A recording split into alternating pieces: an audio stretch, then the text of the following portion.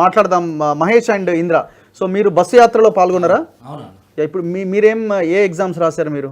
మేము group 1 first time రాసినాము. Okay. తర్వాత qualify cancel అయిపోయినాయి అన్ని ఎగ్జామ్స్.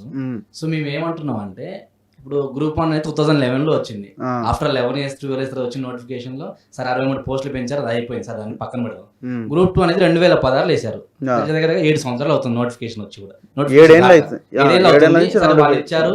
లాస్ట్ ఇయర్ ఇచ్చారు 783 పోస్టులు ఇచ్చారు. సో వాళ్ళు పెట్టిన పరీక్షలకి, వాళ్ళు పెట్టిన నోటిఫికేషన్కి వీళ్ళ పరీక్షలు పెట్టడం కోసం మేము వీళ్ళని నిలబెట్టలే కదా. మేము వీళ్ళ కోసం గట్టిగా పనిచేసిన దగ్గర 6 నెలలు మా అమూల్యమైన సమయం.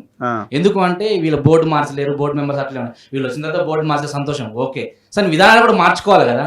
విధానాలు మార్చకుండా వాళ్ళు పోయిన పోకడ వీలు పోతా అంటే కూడా అది కుదరదు. ఎందుకు అంటే 7 సంవత్సరాలు ఆల్రెడీ చాలా శాఖలో ఖాళీగా ఉన్నాయి. నువ్వు ఒకసారి రివ్యూ పెట్టి ముఖ్యమంత్రి గారు కూర్చోబెట్టి విద్యాశాఖని లేకుండా సంబంధించిన క్యాడర్ కూర్చోబెట్టి ఇగో ఏ శాఖలో ఏ శాఖలు ఖాళీ ఉన్నాయి ఆ శాఖలు ఖాళీ కూర్చోబెట్టి ఈ నోటిఫికేషన్ వేసేసి సరే ఎగ్జామ్ డేట్ ఇచ్చే సంతోషం. ఎగ్జామ్ డేట్తో పాటు నోటిఫికేషన్ పెంచాలి కదా. వయోపరిమితి పెంచారన్న, సరే వయోపరిమితి ఏజ్ రిలాక్షన్ ఇచ్చారు. దేనికోసం ఇచ్చారు? నువ్వు ఏజ్ రిలాక్షన్ ఇచ్చి కనీసం నోటిఫికేషన్లో నువ్వు కనీసం ఇంక్రీజ్ చేయకపోతే ఉన్నాయి 1800 2000 వరకు వేయచ్చు. గ్రూప్ 2 2000, గ్రూప్ 3 వరకు 3000 వేస్తే వెళ్ళిపోతారు. ఏంటంటే ఇయర్లీ ఇంప్లిమెంట్ చేయలే కదా వాళ్ళు. బీఆర్ఎస్ లో కూడా వీళ్ళు జాబ్ క్యాలెండర్ ప్రకటించారు, ఫిబ్రవరిలో రావాలి గ్రూప్ 2. యాక్చువల్లీ క్యాడర్ స్ట్రెంత్ పెంచితే 6000 పోస్టులు వస్తాయి. గ్రూప్ 2లో క్యాడర్ స్ట్రెంత్ కనుక పెంచితే 6000 పోస్టులు వస్తాయి. వీళ్ళు ఈజీగా 2000 ఉద్యోగాలు ఇవ్వడం ఎలాంటి అభ్యంతరం ఉండే ఈజీగా ఇవ్వచ్చు. ఓకే. అంటే మేము చెప్పేది ఒకటి, యాక్చువల్గా ఈ ప్రభుత్వాన్ని గత ప్రభుత్వం గద్దె దింపింది, ఈ ప్రభుత్వం లేపింది గ్రూప్ 2 మూవ్మెంట్. లాస్ట్ టైం మేము ప్రెస్ క్లబ్ లో మీటింగ్ పెట్టి రేవంత్ రెడ్డి గారు వచ్చారు. రేవంత్ రెడ్డి గారు వచ్చినప్పుడు చెప్పారు మా ప్రభుత్వం రాగానే మేము గ్రూప్ 2లో కొలువులు పెంచుతాము, ఖాళీలు పెంచుతాము, గ్రూప్ 3లో పెంచుతామని చెప్పారు. ఇప్పుడు ఏం చేస్తున్నారు మరి వాళ్ళు? అంటే వాళ్ళు చేసింది వీళ్ళు చేస్తారు. అది ఉంటుంది కదా శాతం మందికి పుట్టిన బిడ్డలు నా బిడ్డలు అంటే కేసీఆర్ అంటే చేస్తున్నారు రేవంత్ రెడ్డి గారు కూడా. అది కరెక్ట్ కాదు కదా. మేము చేసింది మీకోసం కాబట్టి మీరు ప్రతిసారి చెప్తున్నారు నిరుద్యోగులు గెలిపించండి. నిరుద్యోగులు మీరేం చేస్తున్నారు అడుగుతున్నాం మేము సభ. ఇప్పుడు మీ నుంచి అడుగుతాం, నిరుద్యోగులు మీరు ఏం చేశారు? ఇన్ని రోజుల్లో గెలిచారు రైటే, బోర్డు మార్చడం అయిపోలే కదా. ప్రతి ఒక్కళ్ళు ఇప్పుడు 5 సంవత్సరాలు 6 సంవత్సరాల నుంచి అశోక్ నగర్లో ఉన్నారు. ఆల్మోస్ట్ లాస్ట్ ఇయర్ వరకు పాపం, ఇప్పుడు ఈ ఇయర్ అయితే అయిపోతుంది చాలా మందికి కూడా, నెక్స్ట్ అప్లికేషన్ ఉండదు. సో వాళ్ళకు కూడా వాళ్ళని దృష్టిలో పెట్టుకొని ఇప్పుడు ఉద్యమం చేసిన వాళ్ళందరూ దృష్టిలో పెట్టుకొని 5-6 years నుంచి కష్టపడుతున్నాం కాబట్టి మీరు పోస్టులు పెంచండి. మీరు పోస్ట్ పెంచడం వల్ల మీ ప్రభుత్వానికి నష్టమే లేదు, లాభం జరుగుతుంది కదా. మీ పోస్ట్ పెంచడం వల్ల మీరు వచ్చే పార్లమెంట్ ఎలక్షన్ లో అది గుర్తుపెట్టుకుని ఓట్లు వేస్తారు. మీరు ఇట్లా చేస్తే ఓట్లు వేస్తారు. బస్ యాత్ర 15 days చేసినాము అన్న, 15 రోజులు చేసినాము. జిల్లా పోయినాము, ఆ కాలంలో స్నానం చేసినాము. అక్కడ ఎందుకు అంటే మాకు జరిగిన అన్యాయం, మేము ఏ ప్రభుత్వానికి వ్యతిరేకం, ప్రభుత్వ విధానాలకు వ్యతిరేకం. వాళ్ళు చేసింది వీళ్ళు చేస్తా అంటే వీళ్ళు కూడా వ్యతిరేకం అవుతాం. కాబట్టి ఇవి దృష్టిలో పెట్టుకుని బలమూరు వెంకటరమణ కూడా చెప్పినాం. మేము ఆల్రెడీ కోదండరాం సార్ కూడా చెప్పినాం, మేము మీరు పెంచాలని చెప్పినాము. ఆల్రెడీ మేము నిన్న ట్విట్టర్లో కూడా చేసినాం, ట్విట్ వార్ కూడా చేసినాం. మీరు గ్రూప్ 2 పోస్టులు పెంచాలి, గ్రూప్ 3 పోస్టులు పెంచాలి. పెంచకుండా ఎగ్జామ్ పెడతానది ఇది కరెక్ట్ కాదు, ఇవి విధానమే కరెక్ట్ కాదని చెప్తున్నాం. మీరు గ్రూప్ 1 రాసారా? ఓకే. మీది ఎక్కడ, ఏ జిల్లా? నల్గొండ జిల్లా. ఓకే. అసలు మా డిస్ట్రిక్ట్ మా నియోజకవర్గంలో అయితే జయవీర్ రెడ్డి అవును వాళ్ళ నాన్న కూడా గెలిచాం. అంటే అంటే మేము ఎట్లా అనుకుంటే కాంగ్రెస్ పార్టీ విజయము గ్రూప్ 2 మూవ్మెంట్ అయిపోయింది. మేము కాళ్ళకు బల్పాలు పెట్టుకొని కాంగ్రెస్ పార్టీ కోసం పనిచేస్తున్నాం. నిజంగా ఒక సీఎం సొంత జిల్లాకి వెళ్తే మేము స్కూల్లో పడుకొని కాలువలో స్నానం చేసుకుంటా మేము కష్టపడ్డాం. ఎవరి కోసం కష్టపడ్డాం? మా కోసం కష్టపడ్డాం. మేము ఎమ్మెల్యే పదవి ఎమ్మెల్సీ అడిగాం, ఏం అడగలేదు. అంటే ఉన్న పోస్టులను పెంచి ఏంట్రా బాబు అంటున్నాం. అది కూడా మీకు చేత కాకపోతే మీరెందుకు అని నాకు అర్థం కావట్లేదు. ఇవాళ 10-20 మంది నాకు ఒక పొద్దున్న నుంచి ఫోన్లు వస్తున్నాయి, నువ్వు లీడర్ కూడా ఏం చేస్తున్నావు అంటే నువ్వు నమ్ముడిపోయినావా, ప్రమాణ పూర్తి రూపాయలు తీసుకుంటే కాంగ్రెస్ పార్టీ కోసం కష్టపడి వ్యక్తులు మేము అంతా మేము ఇద్దరం కాదు. ఇక్కడ అశోక్ నగర్ లో 30 మంది ఉన్నారు కష్టపడిన. దీనికోసం మీకు 6 నెలలు టైము, మనీ, ఆరోగ్యం పాడేసి కష్టపడిన వ్యక్తులు ఉన్నాయి. మమ్మల్ని ఎవరు పట్టించుకోలేదు. అందరూ అడిగాం పోస్టులు పెంచండి. కోదండరాం సార్ చెప్పాం, బలమూరి వెంకట చెప్పాం, రియా సార్ చెప్పాం, అశోక్ సార్ కూడా చెప్పాం. నేను కూడా వీడియో పెట్టాం, కానీ చల్లలేదు గవర్నమెంట్ నుంచి. మేమన్నా అసలు ఏం చేస్తారు అంటే ఒక మీటింగ్ పెట్టండి, ఒక నిరుద్యోగ సంఘంతో మీటింగ్ పెట్టండి, మా సమస్యలు మీకు తెలుస్తాయి. మా చదువులు మేము చదువుకుంటే మీ దగ్గరికి ఎందుకు వస్తాం? అవును. మేము అశోక్ నగర్ నుంచి ఇక్కడ రావాలంటే అట్లీస్ట్ ఒక 1 hour వేస్ట్ అయిపోతుంది అన్నమాట. ఎందుకు అంటే 1 hour వేస్ట్ అవడం వల్ల మాకు చాలా లాస్ అవుతుంది. అందరిలాగా మేము కూడా కూర్చొని చదువుకోవచ్చు కదా. అందరూ ఏమడుగుతారు అంటే అరే మీకు ఇజ్జత్ లేదు రా, మీరు ఇది చేసిరు అది చేసిరు అంటే మేము చెప్తున్నాము. మేము ఆల్రెడీ మేము కూడా చెప్తున్నాం, మేము కూడా వాళ్ళలాగానే బాధితున్నాం కాబట్టి మేము అడుగుతున్నాం డైరెక్ట్గా సభాముఖంగా చెప్పినా ఏ చెప్పినా మేము ఆల్రెడీ చెప్పినాం. లాస్ట్ టైం మేము రిజల్ట్ రాకముందు సార్ దగ్గర నుంచి వీడియో చేసినాం, మీరు గ్రూప్ 2 గ్రూప్ 3 ఖచ్చితంగా మీరు పెంచాలని చెప్పేసి అశోక్ సార్ నుంచి కూడా వీడియో చేసినాము. ఆల్రెడీ సీఎం వారు కూడా ఎదురుంటుంది. ఎందుకు మరి వాళ్ళు దీని గురించి రియాక్ట్ అవ్వట్లేదో మాకు తెలుస్తలేదు. ఖచ్చితంగా గ్రూప్ 2 గ్రూప్ 3 పోస్టులు మీరు ఖచ్చితంగా పెంచండి. పెంచితే న్యాయం ఉంటుంది తప్ప మీరు వాళ్ళు పెట్టిన నోటిఫికేషన్కి వాళ్ళు ఇచ్చిన నోటిఫికేషన్ మిమ్మల్ని ఎగ్జామ్ పెట్టడం కోసం మిమ్మల్ని మేమైతే తీసుకురాలేదు. మళ్ళొకసారి మీరు స్టూడెంట్స్ నుంచి మరొకసారి వ్యతిరేకత ఎదురైతే మాత్రం మీరు ఖచ్చితంగా కూడా మీకు కూడా అదే ఇబ్బంది అవుతుంది. యా, సో మీరు చివరిగా ఏం డిమాండ్ చేస్తున్నారు? ఈ దీక్ష అంటున్నారు, ఈ దీక్ష ద్వారా మీరు సమస్య పరిష్కారం అవుతుంది అని మీరు భావిస్తున్నారు. ఇంకా ఏదో కొంత నమ్మకం, ఒక ఆశ ఏదో ఒకటి కనబడతా ఉన్నది. ఇంకా అంటే కాంగ్రెస్ పార్టీ మీద మాకు నమ్మకం ఉన్నది, ఎందుకంటే మేము గెలిపించిన ప్రభుత్వం. గత గవర్నమెంట్ జైలుకు పంపించింది, 10 కేసులు పెట్టింది, అయినా ఎదుర్కొన్నాం. మీ కాంగ్రెస్ పార్టీలో మాకు ఏదో ఇవ్వాలని మేము కోరుకోవడం లేదు, నిరుద్యోగుల పక్షాన డిమాండ్ చేస్తున్నాం. ఇక్కడ ఏంటంటే కలవడానికి అవకాశం, అప్పుడేమో కలవడానికి కూడా అవకాశం లేదు. ఇక్కడ ఒక్క వెసులుబాటు ఏంటంటే ఎవరినైనా కలవడానికి అవకాశం దొరుకుతుంది. అదే అంటున్నాను నేను. ఇప్పుడు అంతకు మించిన స్టెప్ ఇంకొకటి ముందు కదులుతలేదు. ఇప్పుడు ప్రజాభవన్ పోతున్నాడు, వినతి పత్రాలు తీసుకుంటున్నారు, మరి ఏం చేస్తున్నారు వినతి పత్రాలు? అదే, ఇది ఎక్కువ రోజులు చెప్పుకోలేరు కదా, గతంలో కలవలేకపోయారు ఎన్ని రోజులు చెప్పుకుంటాం? సమస్య పరిష్కారం అవుతుందా లేదా అన్నది ఇంపార్టెంట్. ఇప్పుడు నిరుద్యోగులు అనే సమస్యలు అన్నీ అట్లనే ఉన్నాయి. ఒకటి, మొట్టమొదటిసారిగా జీవో నెంబర్ 46 పంచాయతీని మీరు పరిష్కరించలేదు, దాన్ని పరిష్కరించాలా. గురుకులాల్లో మిగిలిపోయినటువంటి 2000 ఉద్యోగాలని సెకండ్ లిస్టు పెట్టి వాళ్ళందరికీ ఉద్యోగాలు ఇవ్వాలా.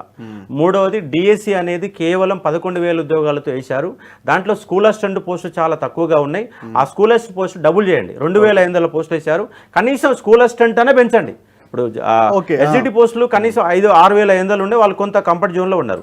అలాగే పీఈటీ పోస్టులు ప్రతి గవర్నమెంట్ స్కూల్లో ఒక పీఈటీ ఉండాలి. మీరే చెప్పారు, మూయబడినటువంటి పాఠశాల మొత్తం తెరుస్తామన్నారు. వాళ్ళకి పీఈటీ పోస్టులు ఎంత వేసారు? 182 పోస్టులు వేసారు, కానీ 1600 పోస్టులు ఖాళీ ఉన్నాయి. ప్రతి హై స్కూల్లో ఒక పీఈటీ ఉండాలి కదా. మరి పీఈటీ లేకుండా మీరు విద్యను ఏ విధంగా అందజేస్తారు? పైగా గురుకులాలలో ఆర్ట్ అండ్ క్రాఫ్ట్ అనే టీచర్ ఉంటాడు, కానీ గవర్నమెంట్ హై స్కూళ్ళల్లో ఎక్కడ కూడా ఆర్ట్ అండ్ క్రాఫ్ట్ లేదు. వాడు 1,00,000 మంది ఉన్నారు, ఆర్ట్ అండ్ క్రాఫ్ట్ 1,00,000 మంది ఉన్నారు. అలాగే పీఈటీ వాళ్ళు 1,00,000 మంది ఉన్నారు. పీఈటీ ఆర్ట్ అండ్ క్రాఫ్ట్ పోస్టులు పెంచండి, స్కూల్ అసిస్టెంట్ పోస్టులు పెంచండి, కనీసం డబుల్ పోస్ట్ చేయండి.